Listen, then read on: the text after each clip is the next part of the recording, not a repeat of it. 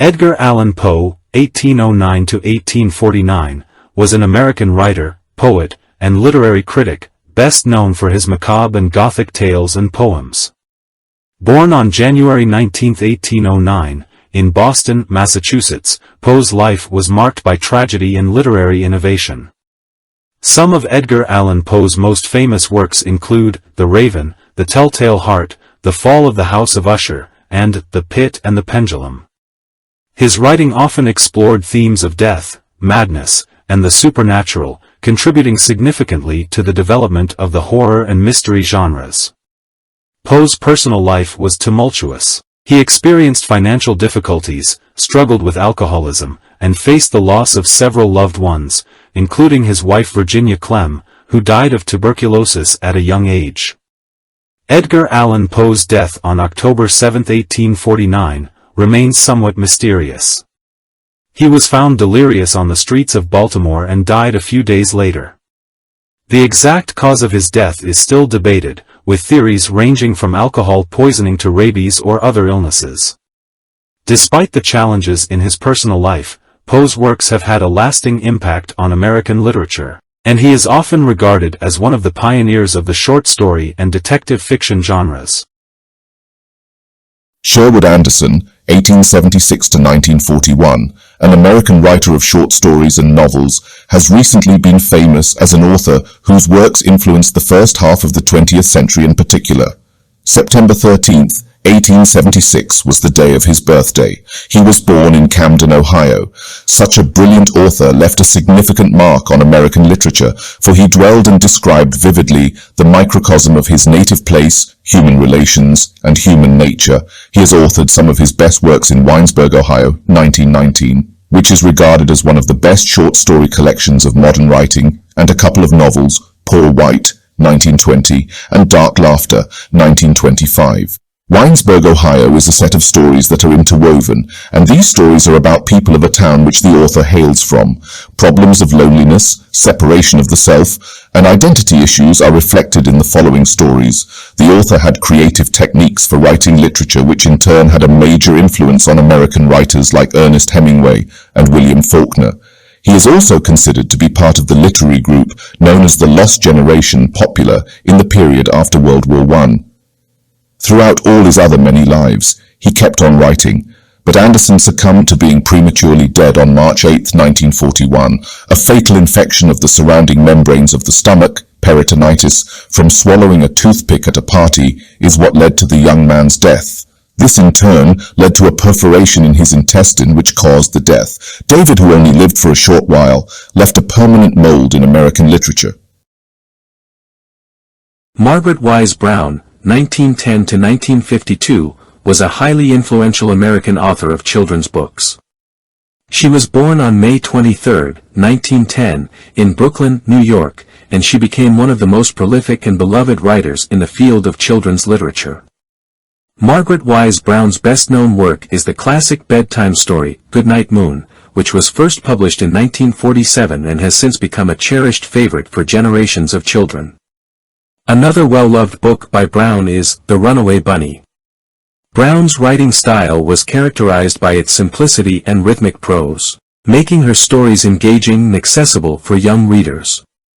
She often collaborated with illustrators, and her partnerships with artists like Clement Hurd and Leonard Weisgard contributed to the enduring appeal of her books.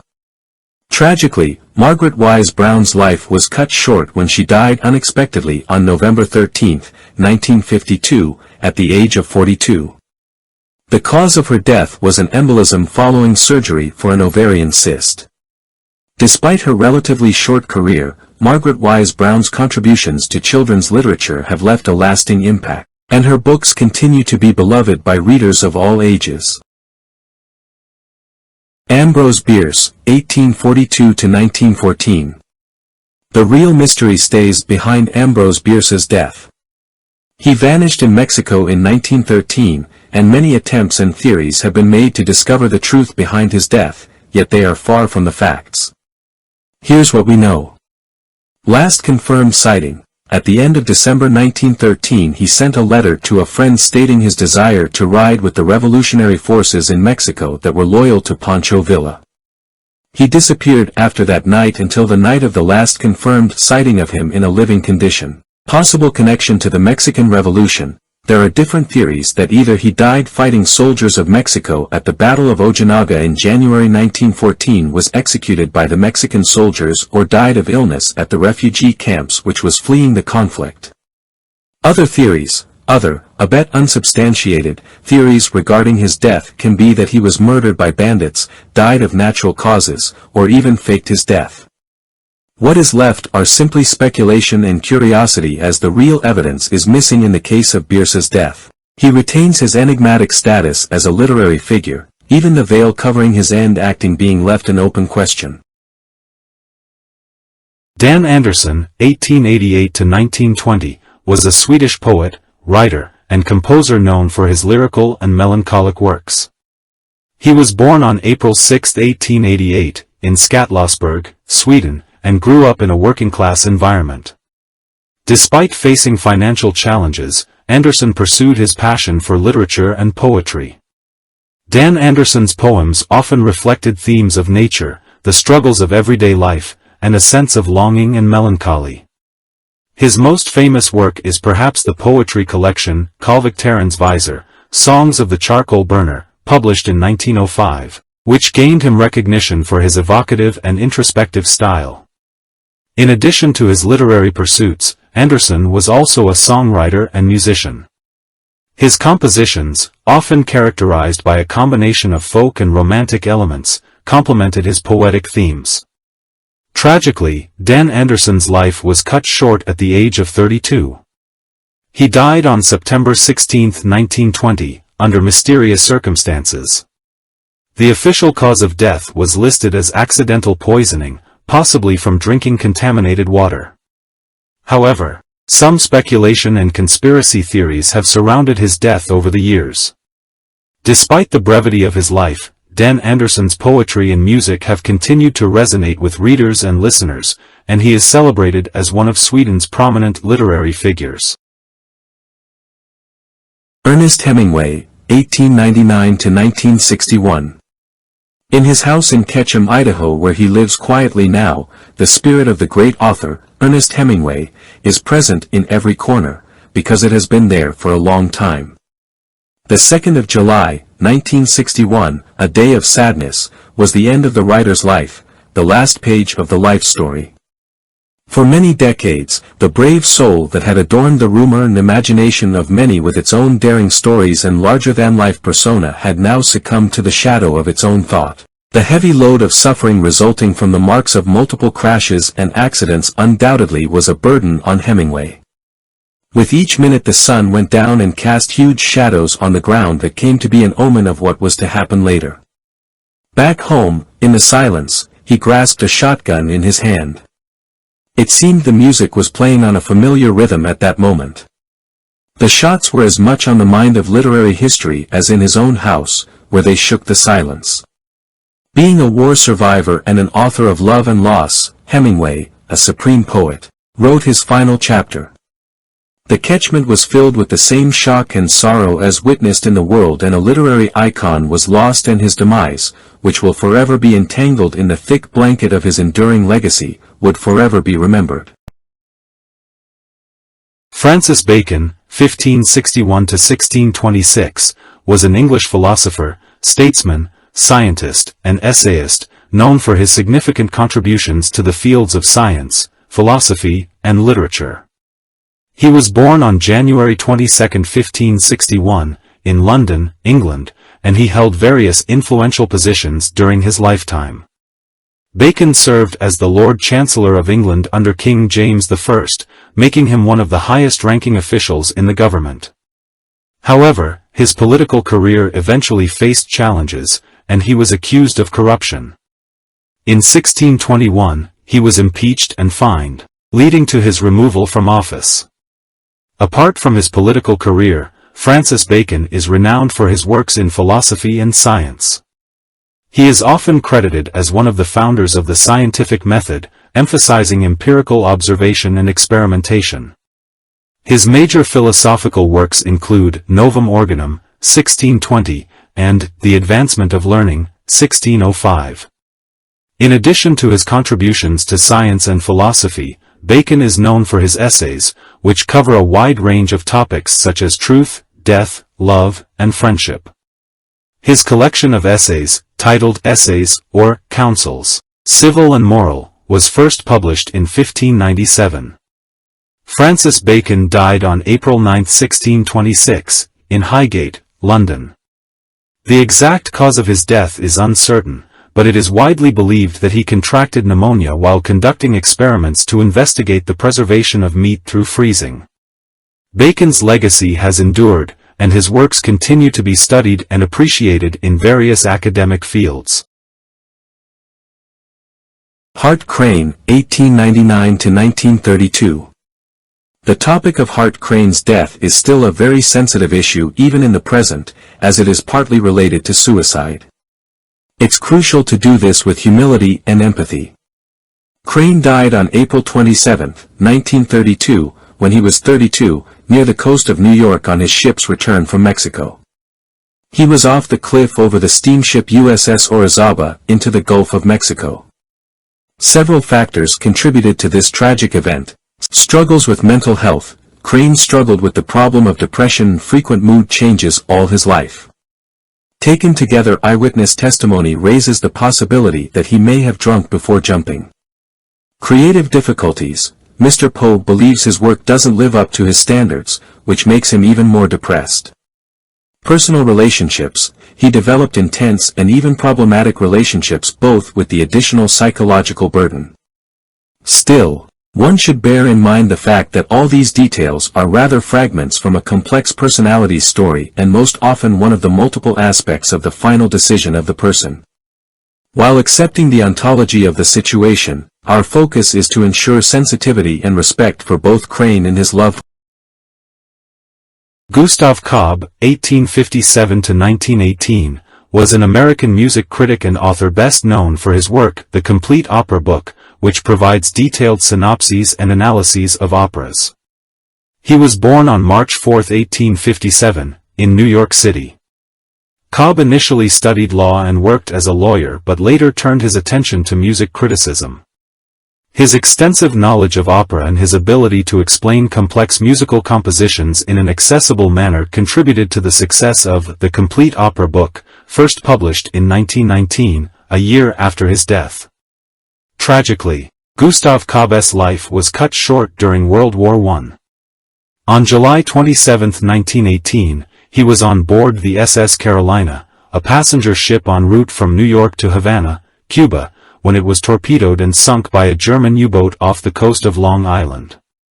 Cobb did not survive the sinking, and he lost his life at the age of 61. Despite his relatively brief career as a music critic, Gustav Cobb's The Complete Opera Book remains a valuable resource for opera enthusiasts and continues to be updated by later authors to include new productions and compositions. Mark Twain, 1835–1910.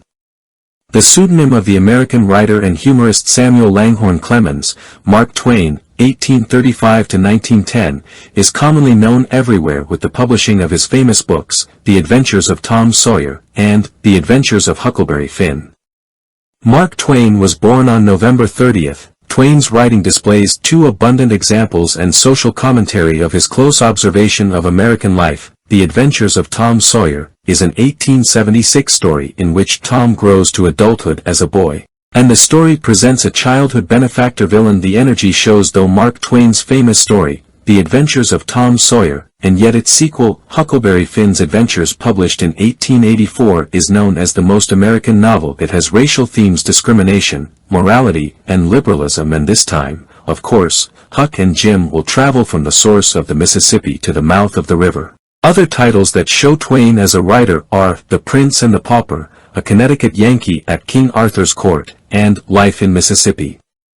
She has an eye for those expressions that appeal to the ears and are pleasurable to hear. He died on the 21st of April, 1910 in Reading, Connecticut, United States. He lost his life in trauma. He has taken the wrong turn recently and his health record points to a possible heart problem. Among the admirers of the author, November 30th. is supposed to be a day of Mark Twain's honor and his pain recall. His death was a tragic one, and it meant the end of an era of mankind's profitable but difficult and venerated literary period that mankind is into.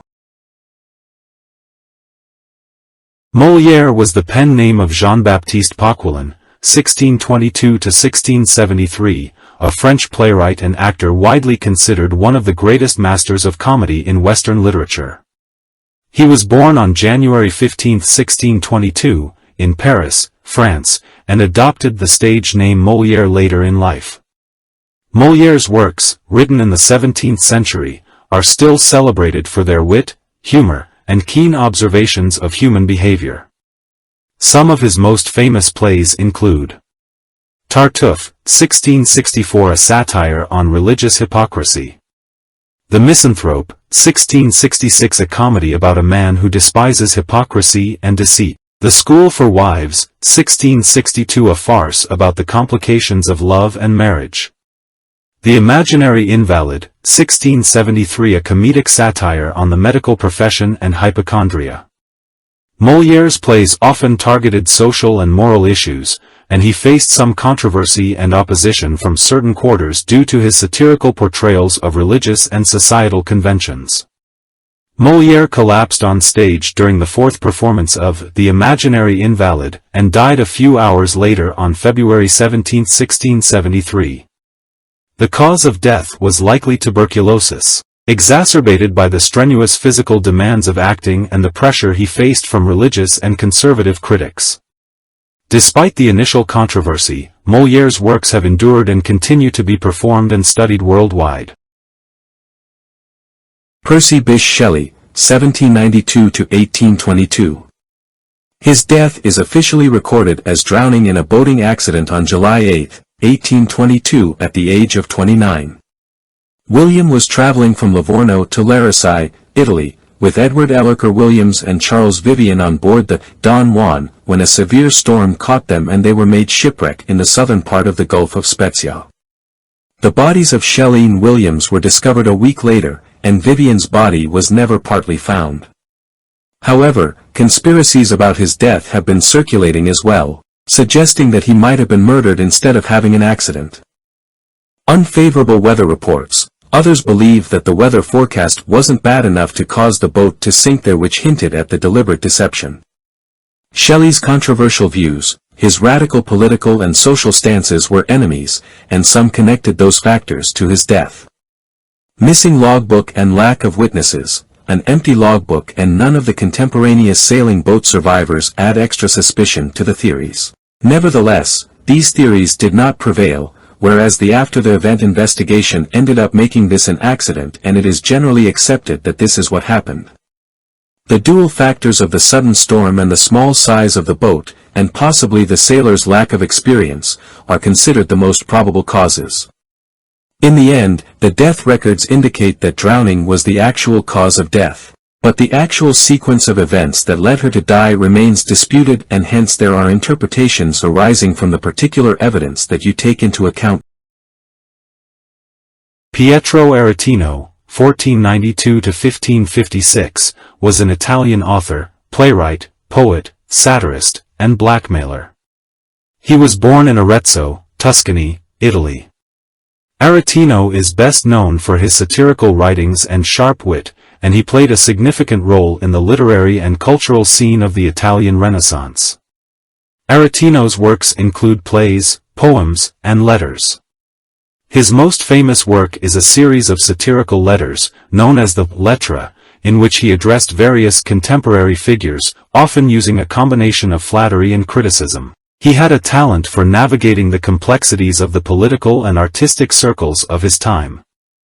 He was a prolific writer and had patrons among the powerful and wealthy, including members of the Medici family. However, his sharp and often controversial satire also made him enemies, and he faced occasional exile. Pietro Aretino passed away in 1556 in Venice, Italy. The exact circumstances of his death remain uncertain, but it is believed that he may have been poisoned. Sergei Yesenin, 1895–1925. The Russian poet Sergei Yesenin died on December 28, 1925, aged 30. His death was, according to the coroner, a suicide. In a room of the Hotel Englater in Leningrad, now St. Petersburg, Yesenin was found hanged in. The particulars of the circumstances where he died remain a mystery, which has led to the development of theories and theories.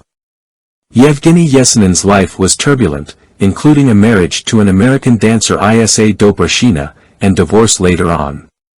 He was an alcoholic and had depression for long periods. His poetry sometimes reflected his emotional storms and emotional mess.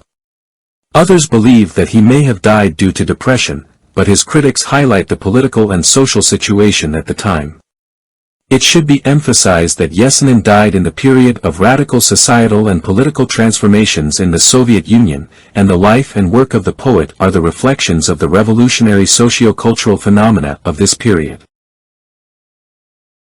Sir Fulk Greville, 1st Baron Brooke, 1554–1628, was an English poet, courtier, and statesman during the Elizabethan and Jacobean eras. Born on October 3, 1554, Greville served in various capacities in the court of Queen Elizabeth I and later under King James I. He was a close associate of Sir Philip Sidney and was known for his contributions to literature, as well as his political career. Fulk Greville's literary works include poetry and drama. He is particularly remembered for his collection of poems, Calica, which explores themes of love, beauty, and the transience of life. Greville also wrote a tragic play, Allaham, which remains unfinished. Greville was a trusted servant to Queen Elizabeth I and was later involved in the court of King James I. He held various official positions, including serving as Chancellor of the Exchequer. Despite his long and dedicated service, Greville faced political intrigues and found himself out of favor at times. On September 1, 1628, Fulk Greville was fatally wounded by a servant named Ralph Heywood, who then turned the knife on himself. Greville survived the initial attack but succumbed to his injuries on September 30, 1628. The motives behind the attack are not entirely clear, and it is believed to have been related to grievances between Greville and his servant. Fulk Greville is buried at St. Mary's Church in Warwick. Sir Thomas Urquhart. Sir Thomas Urquhart (1611–1660) was a Scottish writer, translator, and polymath known for his wit, eccentricity, and linguistic abilities. He was born in Cromarty, Scotland, into an ancient and noble family. Urquhart is best remembered for his translations of classical works, particularly his translation of François Rabelais' Gargantua and Pantagruel into English. Urquhart led an adventurous and colorful life. He served in the Scottish army during the Wars of the Three Kingdoms, and his loyalty to the Royalist cause led to his capture and imprisonment by Cromwellian forces. Despite facing political turmoil, Urquhart's passion for literature and learning remained undiminished. Apart from his translations, he wrote original works, including The Jewel, a treatise on precious stones, and Logopendectation, a plan for a universal language. Urquhart's writing style was known for its playfulness and linguistic inventiveness. The exact circumstances of Sir Thomas Urquhart's death are not definitively known, and various accounts and speculations surround it. Sir Thomas Urquhart, a Scottish writer and translator, is believed to have died in 1660. One account suggests that he died by his hand, possibly by suicide. However, this information is not universally accepted, and some historical sources indicate that the cause of his death remains uncertain. The lack of concrete details and the passage of time have contributed to the ambiguity surrounding the circumstances of Sir Thomas Urquhart's death. Tennessee Williams, born Thomas Lanier Williams III on March 26, 1911, in Columbus, Mississippi, was a highly influential American playwright.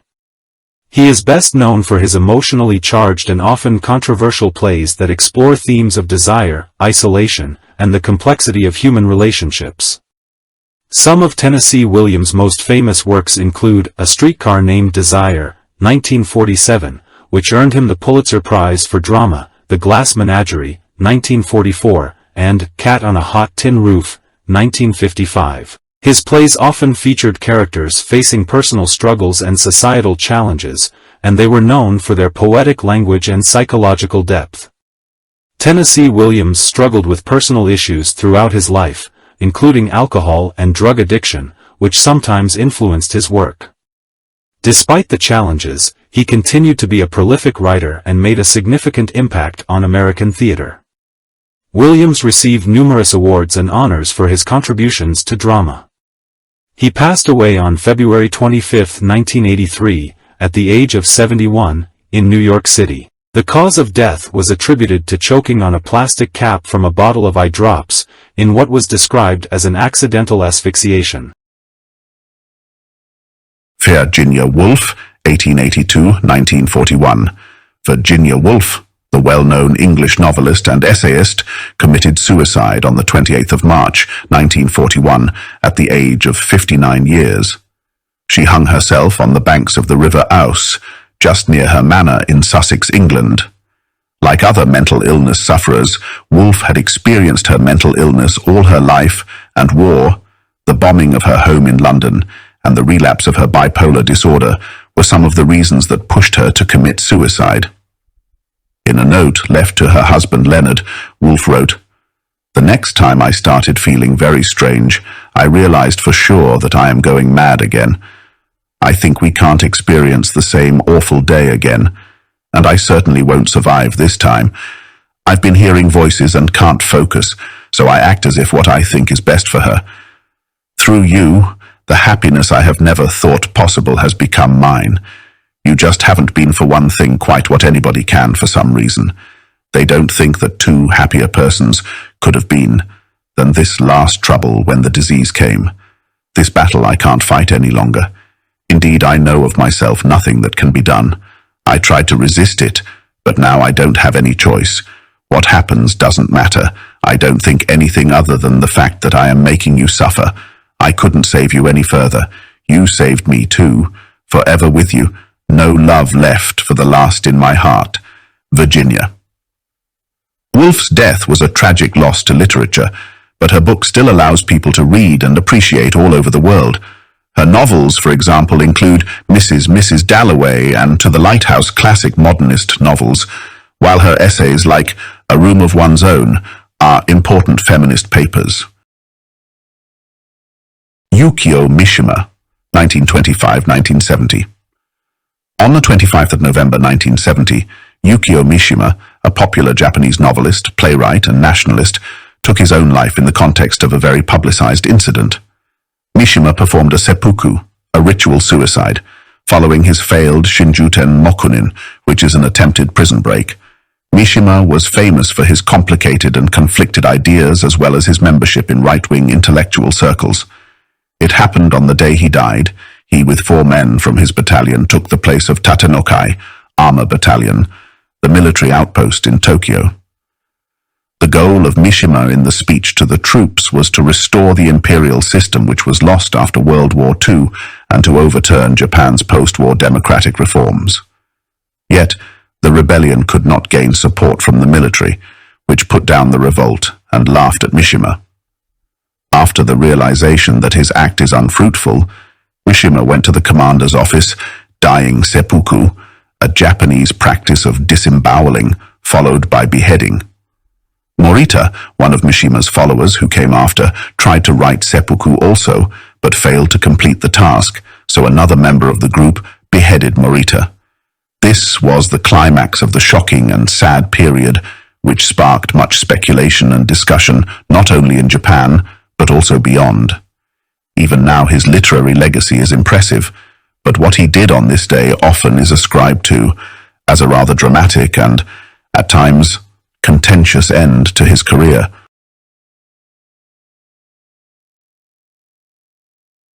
Aeschylus was an ancient Greek playwright and one of the earliest tragedians. He is often referred to as the father of tragedy for his significant contributions to the development of Greek drama. Aeschylus was born in Eleusis, near Athens, and he lived during a time when Athens was undergoing important political and cultural changes. Aeschylus wrote numerous plays, but only a portion of his works has survived. His most famous and only complete trilogy is the Orestia, which consists of 3 plays, Agamemnon, the libation bearers, and the Eumenides. The Orestia deals with the cycle of revenge and justice in the aftermath of the Trojan War. Other notable plays by Aeschylus include Prometheus Bound, which is part of a trilogy about the Titan Prometheus, and The Persians, based on the Battle of Salamis. Aeschylus's plays were performed at the city Dionysia, the major Athenian dramatic festival. He introduced various innovations to Greek drama, including the use of a second actor, allowing for more complex interactions on stage. The circumstances of Aeschylus's death are somewhat unclear, and there are different accounts. According to one tradition, he died in Gela, Sicily, in 456/455 BCE. The story goes that an eagle dropped a tortoise on his head, mistaking it for a stone, and this led to his untimely death. However, it's worth noting that the historical accuracy of this account is uncertain, and alternative versions exist.